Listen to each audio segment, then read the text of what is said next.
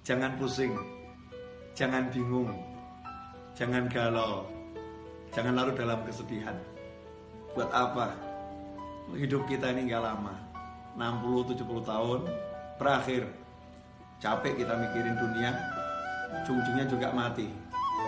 Maka tinggalkan tuh semua yang buat kamu pusing, yang buat kita pusing, buat gak nyaman, buat gak enak. Tinggalkan semua. Kita ingat Allah Ta'ala saja. Kita ingat Allah Ta'ala saja. Kita kembali kepada Allah. Gak usah kita pikirin, pikir buat mumet, pikir buat pusing. Makanya kita kembali pada prinsip ojo mikir, gak usah dipikir. Serahkan semuanya kepada Allah, pasrahkan kepada Allah. Jalankan tugas yang kita mampu jalankan. Memang kalau kita mampu berusaha, ya udah, pergi ke toko, ke sawah, ke kantor, kerjakan yang bisa dikerjakan. Semuanya serahkan pada Allah Subhanahu wa taala. Tenangkan fikir kita dengan zikir. Karena zikir kalau benar, ala bi dzikrillah tatmainnul qulub. Sungguh hanya dengan zikir kepada Allah, hati itu, jiwa itu menjadi tenang. Makanya kalau kita sholat, kita sibuk berzikir, kita sibuk baca Al-Quran, tapi nggak tenang-tenang, berarti zikir kita belum benar. Karena Allah udah bilang, ala bi dzikrillah, hanya satu cara untuk menggapai ketenangan, zikir, ingat sama Allah Ta'ala.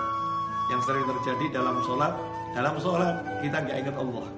Dalam sholat justru kita ingat masalah kita. Dalam tahlil, dalam tasbih, dalam istighfar, dalam sholawat, dalam berzikir kepada Allah Ta'ala, justru yang kita ingat masalah kita, bukan Allahnya.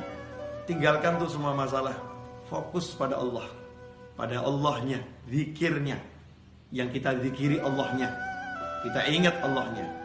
Kita katakan kepada Allah, ya Rabb, tolong saya, ya Allah, bantu saya.